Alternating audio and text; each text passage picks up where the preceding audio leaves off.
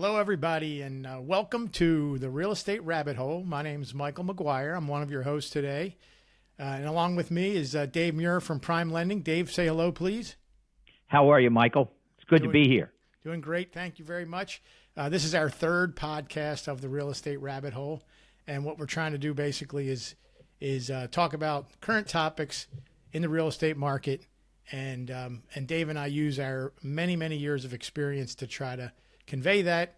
And throughout this process, if you like what you hear and you want to talk to one of us or both of us, that's great. Today the topic is going to be basically people right now are trying to quote unquote time the market. Different things have happened over the past 6 months, I would say, that where the market has changed some, and because of that. Because of some of those factors, ultimately, again, people are not as sure about what's going on, and so they're tending to again try to time the market. Is that what you're seeing, Dave?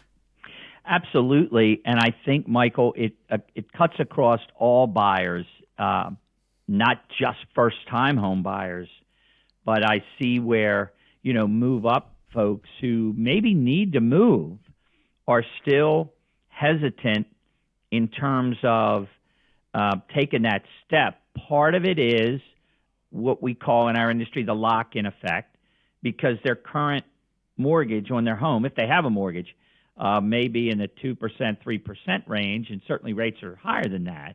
So they are unwilling to give that up. But that's the reality of making a move today if, in fact, you need to sell your home. So I'm not sure I understand why there's that continuous waiting period going on when prices do not seem to be falling and interest rates have, in the past 90 days, started to ebb down a bit.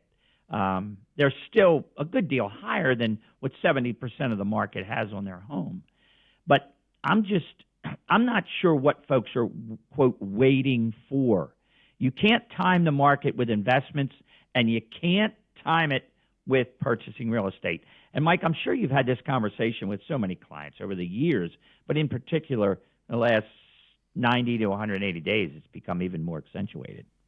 Well, if you could, quote unquote, time the market, if any of us were that brilliant, we would have bought up a bunch of homes in 2010. But of course, that was more of a scary time for people to buy homes because they were unsure. One of the things I thought about today when I was thinking about what we were going to, talk about today, and this is not a term I hear much in the real estate market, but I feel like the herd mentality takes over sometimes. And if you look back a couple years at the way the market just sort of like busted out of control, people were buying things. People were somewhat making decisions that in the past we might have thought were not that smart. And of course, it all, in the end, it looks smart if you bought if you bought and the market kept going up, you still look pretty smart. But around 2022 or 2023, I personally was unsure, how long that run was going to last. But again, there was this herd mentality. And by the same token, I feel like in some ways the herd mentality is coming into effect here a little bit too, where now people are saying, I'm not sure about the interest rates. They might come down more. Nobody can predict that. Nobody can predict it. I remember and Dave, you're the expert, but it was probably 2021 or 2022, all the media and everything was saying the rates were going to go up. And it did affect how you would advise people. And yet it took another year or two before they actually went up. And then, of course, they went up super fast. But nobody can predict what's going to happen. And to me, if you've been looking for a house, it's not a time to quit. Right now, you're getting a chance to look at a house, make a maybe a more sound decision over the course of a couple days or a week or sometimes 2 or 3 weeks, because some of these houses are sitting on the market a little bit. But the leverage is coming back to a more balanced market. I mean, I wouldn't even say it's balanced yet. It's still in the favor of the sellers. But as it comes back into balance, don't be afraid at this point. This is the time to sort of take advantage of that balance. Yeah, and I think, Mike, we have a different type of buyer that we're seeing. In that when they see a property that they really love, they're going for it. They're making an offer to purchase, but then if they don't get that one, there tends to be this incubation effect that begins to take place when we don't hear from them again for 120 days. And then they pop up again and see one they love and want an offer, going to make an offer right away and got to make it tonight and everything else. And I don't think there's that conscious plan being made on the part of so many of them that, look, we are in this game full time to find a home.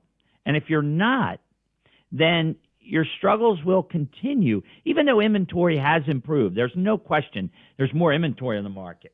But when I hear people say, I'm just going to wait a little longer, I always say, what exactly are you waiting for? And if the answer is, I'm waiting for rates to fall, then my response is, then you're going to have more competition to deal with in the marketplace when you go to make offers going forward. So right now is actually, as you just said, it's really a great time for buyers who are committed to get that house, because there's not 15 offers going in on every property that goes up on the market. And I think, and if those numbers of offers are 3 or 4, you're much more in the game now. And I just think that needs to be that consideration. If you're going to sit on the sideline and you're going to, quote, wait for rates to fall into the mid-5s, I hear that term a lot. I'm like, really? And I've said this before in a previous episode that we had a few months back. If people, and again, I just threw it out as a time, to give a sense of how ridiculous it is. But if in 1971 someone said, I'm going to wait for rates to fall to buy a house, they would have waited 22 years because interest rates did not do anything but go north from 1971 to 1993. So, and the house they could have bought for $10,000 or $12,000 or $15,000 in 1971 was then $210,000 or $215,000 in 1993. And today it might be, I don't know, $415,000. But the point is, waiting for things to happen usually means you're going to pay more. And that's certainly the case in the Mid-Atlantic. And Mike, you can attest to that.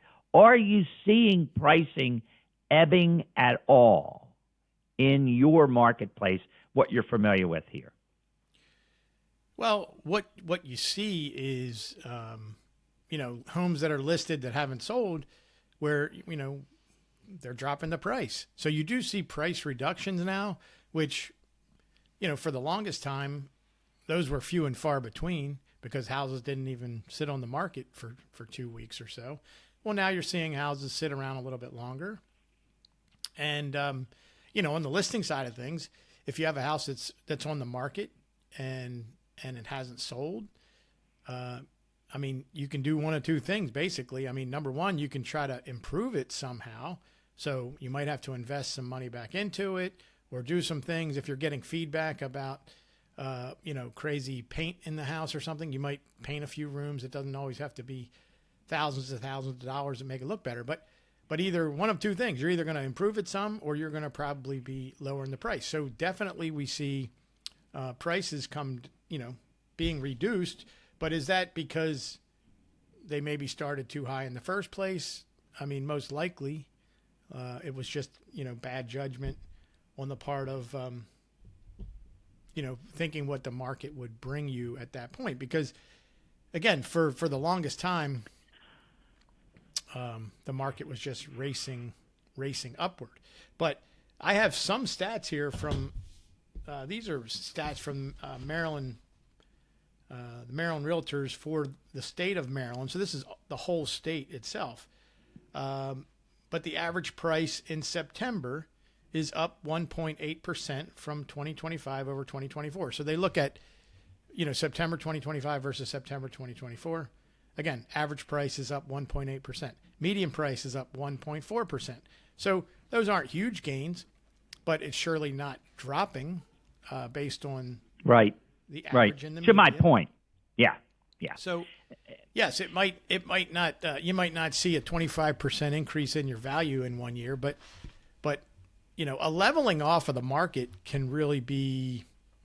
I think it's personally beneficial for everybody. I don't think the market racing up out of control with regard to pricing is good for anybody. No, I really don't either. And it leads to columns. As I read this week, there was a journal piece on the Wall Street Journal. There was a journal piece, and it referenced more of a generation of folks in that 25 to 35-year-old sector.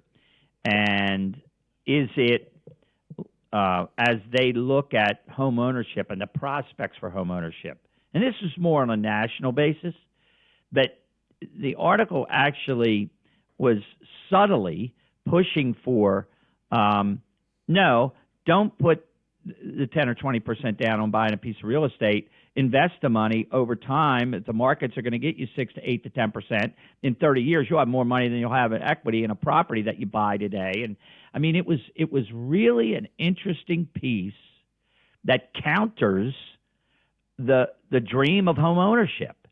And that inside of our industry is an interesting discussion that is going on right now because we have to deal with that when people who are younger kind of back away.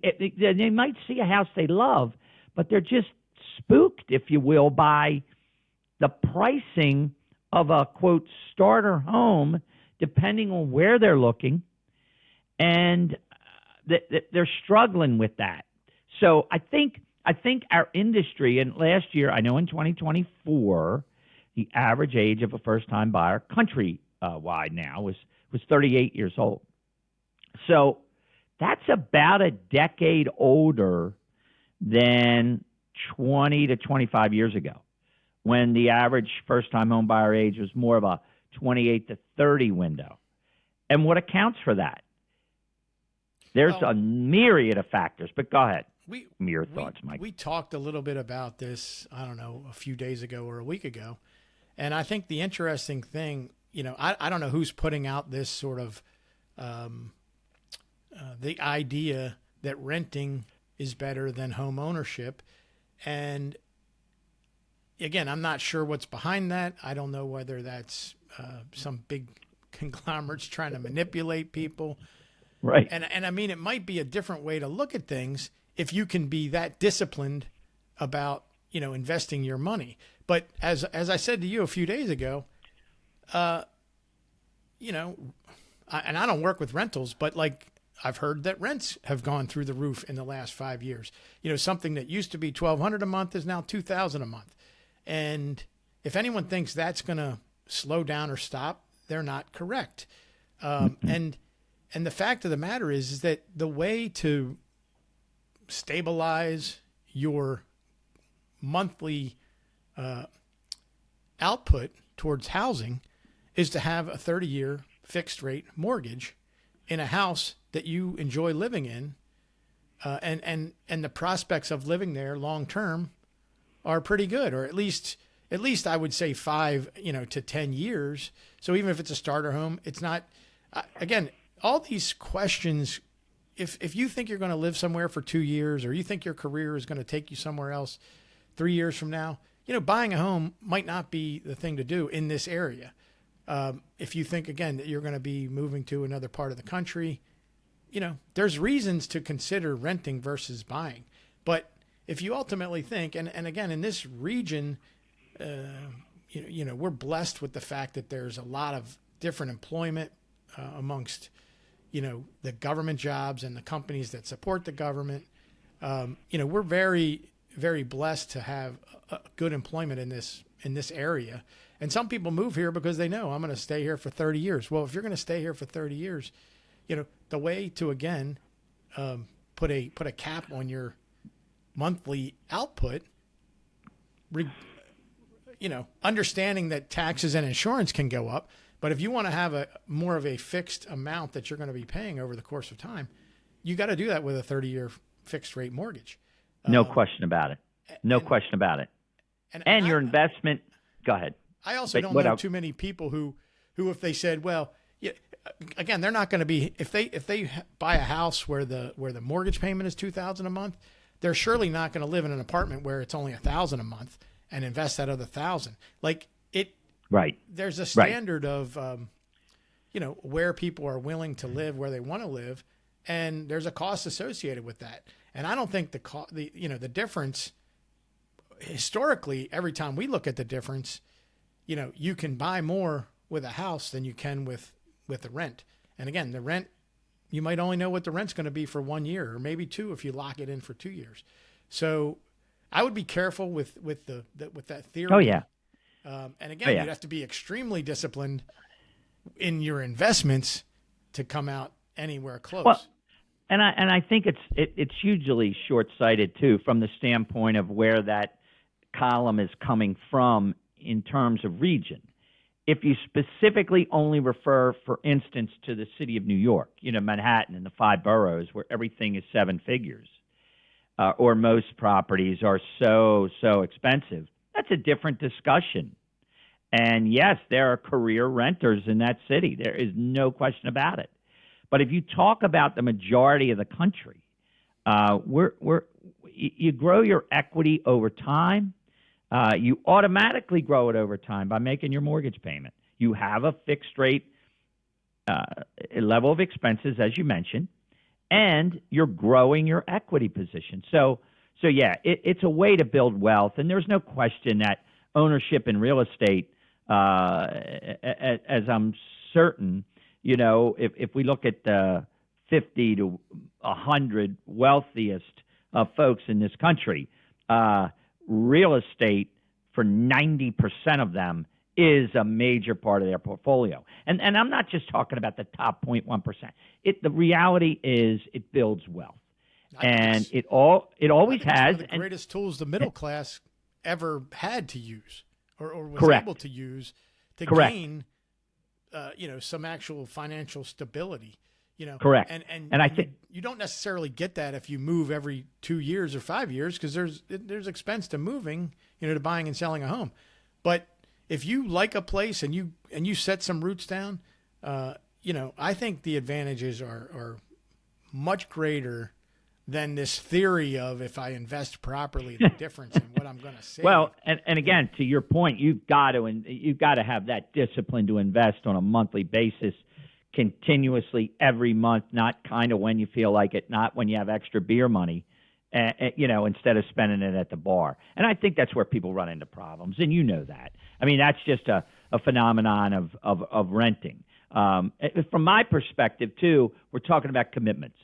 Making commitments, putting stakes in the ground, and again, and I say this, and it harkens back to what we were discussing earlier today.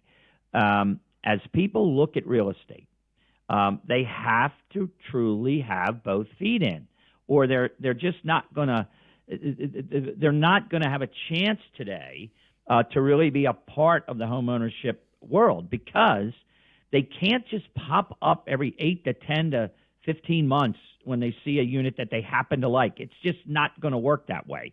I find that the people who end up buying, Michael, and again, this is really, I want to speak from the last kind of 4, 5, 6 year perspective, were the ones who stayed in. They stayed in the game. They didn't go to the sidelines after one loss on a house. They stayed in the game. I do think that people, there's, because of the fact that over the last couple of years there's been a lower inventory. If somebody's looking for something and they think, like, I know it's out there, I just don't see it right now. Unfortunately, sometimes, they want to go look, but based on the information online, they weed out some things before they even go look at them in person. Right. And I think there's a lot of great information online, but I also think, like, in the end, you can only decide when you go see a house in person. You're right. And you try to look at it, because there are times when I go to a house and I'm actually surprised that, oh, it has something that I wasn't expecting, or maybe it's larger than I expected. Exactly. And you can't get that always from the online pictures.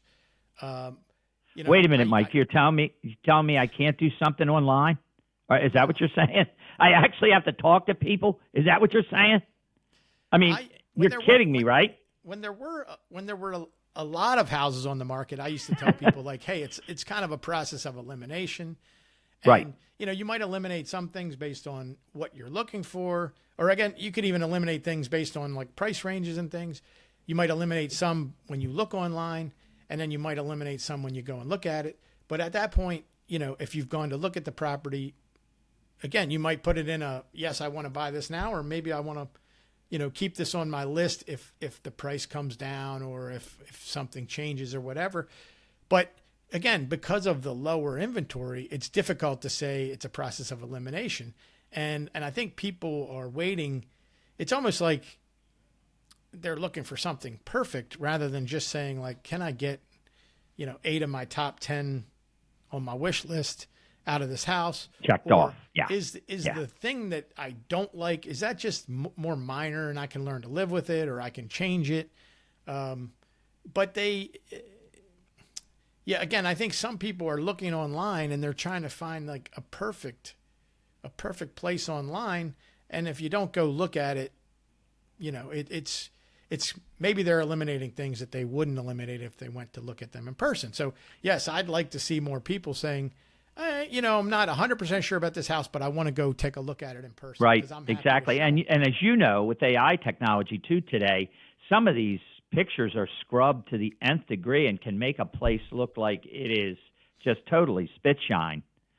And then you go look at it, and then you see the reality. So it can work either way, really.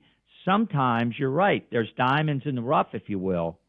But again, you gotta get out of the car, put your feet, but you take them off the curb, go up into the house, and look, and then you're really in the game. I just think way too much reliance on technology for so many things. And oh boy, I'm going to sound like a dinosaur, but it really matters to walk through, take a detailed look, spend time with a pro like yourself who's going to explain, oh, here's something you may want to consider with this house, whether it's a good piece or not so good aspect of the home. You can see things that they might not be looking at. And that is invaluable, and why you need a pro to help you. Well, there's a couple things about that. Number one, you might, it's kind of easy online to see a kitchen that's been redone and how beautiful it is and that sort of thing. But you can't always judge like by the online pictures. And again, sometimes it might be noted, but have the windows been replaced? Has the roof been done? I mean, sometimes there's been things that don't necessarily look great in the pictures that have been done that equal the cost of the kitchen. So if some of those things are done, you can do the kitchen the way you want. And I tend to see people having the opposite sort of, impression. They like the stuff that looks shiny and pretty and new that they can see and touch, but it's not always the same. I mean, it could be the same investment in the things that you don't necessarily want to put effort into, and then just do what you want to the kitchen, do what you want to the bathrooms. Right. Exactly. So that's part of looking. And I mean, I don't want to, we came on this to talk about like, don't try to time the market, but that's all part of this. It's all part of it. Timing the market and timing the exact to where you get my perfect house. And the reality is, your point, you got to give and take. You might get 6 of 10 boxes checked, or 7 or 8 of 10.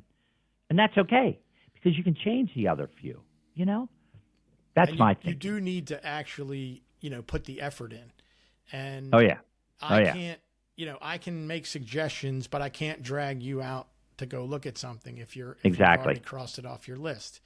Exactly. I think one of the interesting things between the market now and what it was like, say, 10 to 15 years ago, is that going back like 15 years ago, stuff was online, but it wasn't as prevalent, and customers didn't have their favorite places to go look at things and that sort of thing. And so I tended to make more suggestions based on what they told me they were looking for. I was able to make more suggestions about, well, I think we should see these 5 houses based on the price. Your that criterion. You want. Yeah. I tell people, like, it's size, price, location, condition. When you go look at a house, those are the things you're kind of comparing. Yet you might be able to get a little bigger house if the condition's not quite as right. And that might be better for one person or one family. And the next family might want something that's a little smaller, but it's been totally redone. And those could be the same price. But the fact is that you have to go look. And again, going back, it was based on what people told me, that I would say I would suggest that we go look at, again, these 4 or 5 houses this weekend and see what happened. And I would hear the actual feedback from my client in the house about what they wanted to do. Well, now the websites have taken such command over this that it's my client typically telling me, I want to go see, and again, there's not as many houses, so they might say, I want to go see these 2 or 3 houses. And I do try to make other suggestions, again, based on what they've told me and based on my experience in the area. I do try to make other suggestions, but it's been a change of me saying, let's go look at these houses, and having more of a stamp on what we're looking at. They're taking my recommendations versus now they want to tell me what they want to go look at. And again, that's fine, but most of the time, those are based on the pictures and what the agents have put in there and what the write-up is. And sometimes they don't realize there's a high wire power line running through the backyard. But I know because I've been there before, or I've been in this neighborhood. Exactly. And I can point these things out, but I'm also not trying to talk them out of something that they think they like. And unfortunately, then sometimes you go and they're like, well, I don't really like the power lines. And again, I'm trying to, coach them without saying, don't go look at this house. Because if you want to go look at the house, I'm going to show you the house. But and to your point too, my experience doesn't hold as much when they're picking the houses. Correct. Again, the lower inventory is having an effect on that, and the inventory is picking up. But so right, and with technology and the pictures, the shiny pictures on the net, as you know too, there'll be a convenient miss on the part of that presentation of the one basement wall that has moisture on it. So we have a beautiful basement, for example, and you're getting pictures of that, and then you get there, and then the one wall has moisture, which could be, as you know, a foundation issue. It could be a myriad of issues creating that can cost a potential buyer thousands and thousands and thousands of dollars to repair. So to your point, you've got to walk through, you've got to look at them, and you've got to listen to an experienced pro. And I think that's where Mike does such a fantastic job with his people. There are things that he can see behind a wall that you as a buyer every 5 years really can't see. And when I say behind a wall, I mean there are things that you pick up because of your experience and all the things that you've seen in the marketplace where if you kind of see the hurricane flags, I would think, before most folks do, unless they're structural engineers or something where they're in that every day. But the reality is you need a pro coaching you through it. And that's part of what we do, and part of why we do these podcasts is to really give people information that they're going to need in order to get out there and not only get, good advice, but long-term be happy in the place they make their decision to purchase. So, Mike, this has been great. I want you to wind us up. We're coming up on a bewitching window where they might They're not going to tell us to get off. We can talk forever. I know, but the reality is, just for the people that are nice enough to listen to this podcast, we are trying to keep them to 30 minutes or so, 20 to 30 right, minutes. Exactly. So that you're not thinking like, how much time do I have to commit? But it's, I would say this, there's no way, you can get lucky or not, but there's no way to quote unquote time the market. If you're interested in staying in the area for at least 5 years, I would say, just based on the history of real estate. And again, if your life changes and you got to move quicker than that, then that's something different. But you should say, like, can I live in this house for 5 years? Number one. And usually that turns into 10 pretty quickly. But if you're going to look for a house and you want to, again, sort of get your monthly outlay more stable, you need to commit to going and looking at houses on a regular basis. You can't rely on like a magic 8 ball as far as when you're supposed to go out and take a look at some houses. Right. You cannot time the market. You can't do it. No. Can't do it. Whether it's Don't make it a part of your decision. Whether it's the houses or the interest rates. We didn't talk about those as much. I guess we'll have to bring that up next time. But, we can do that anytime, yeah. But my name is Michael McGuire. I'm with Remax Advantage. I'm part of Team Kinnear. My phone number is 410-227-2483. I've been in the business a little over 20 years and been friends with Dave since before that. Dave, how about you? Well, Dave Muir from Prime Lending. I've been in the mortgage banking world since 1987, and that would be a grand total, because my math is pretty good. It needs to be with the industry I'm in, but I've been in it 38 years. So I've seen a few scenarios and can help folks with the process and make it smooth and explain things, walk you through the process. And not only that, I'll attend your settlement. There's a whole lot of folks in this industry that just treat things, they use terms like deals and transactions. Well, you won't hear that from me. It's your life on the line. It's your financial wherewithal on the line. We ask you for a good bit of information, but we make it simple from that point forward. If you send me what we request, we make it simple. My phone number, 410-241-7908. Call anytime. We'll walk you through the process. Mike, thanks for your time again. It's been great, and we will be catching up after this call, and then we'll be moving on to our next episode here shortly. The cadence of these will be a little more regular basis, but we just have to figure the technology, and we're at a stage in our lives where technology can be a challenge, but I'm more than happy to admit that. So thanks, Dave, for your time, Dave, Mike. I just want to say one more thing real quick. What's that, pal? For anyone who watches this and says, hey, they got off topic a little bit, well, no. That's just what it means to go down the real estate rabbit hole. Exactly. Thank you. Take care, buddy. See ya.